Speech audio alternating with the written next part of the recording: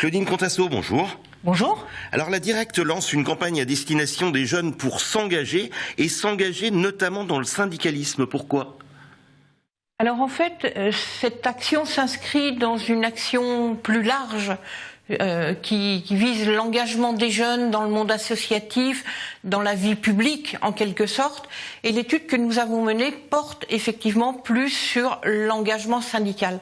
Mais il faut avoir une vision globale de l'engagement des jeunes et pas que dans le monde syndical. C'est un peu dans cette démarche que nous nous sommes inscrits. Alors pourquoi à destination des jeunes, est-ce qu'ils s'engagent moins que leurs aînés ? C'est dû à la crise ? Alors ils s'engagent moins, non. On ne peut pas dire qu'ils s'engagent moins, ils s'engagent différemment. On peut dire que le jeune a plutôt une réaction post-it.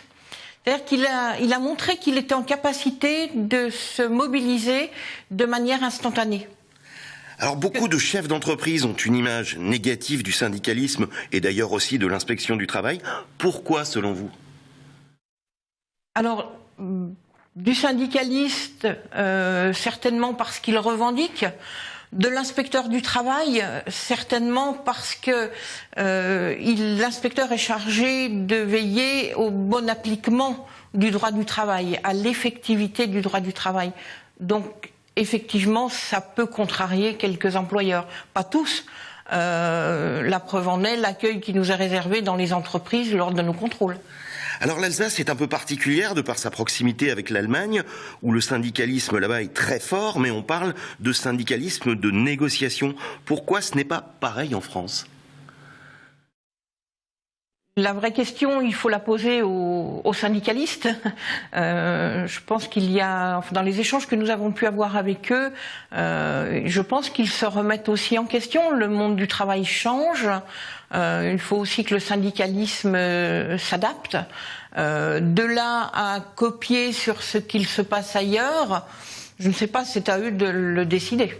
Est-ce que l'Alsace pourrait être pionnière dans ces relations apaisées ? Il y a quand même moins de conflits, c'est l'impression qu'on en a, en tout cas, dans notre région. C'est le sentiment, effectivement, qu'on a eu lors de notre étude. Pourquoi pas ? Et que faudrait-il faire pour que l'Alsace soit pionnière, que les jeunes s'engagent plus et la boucle est bouclée ?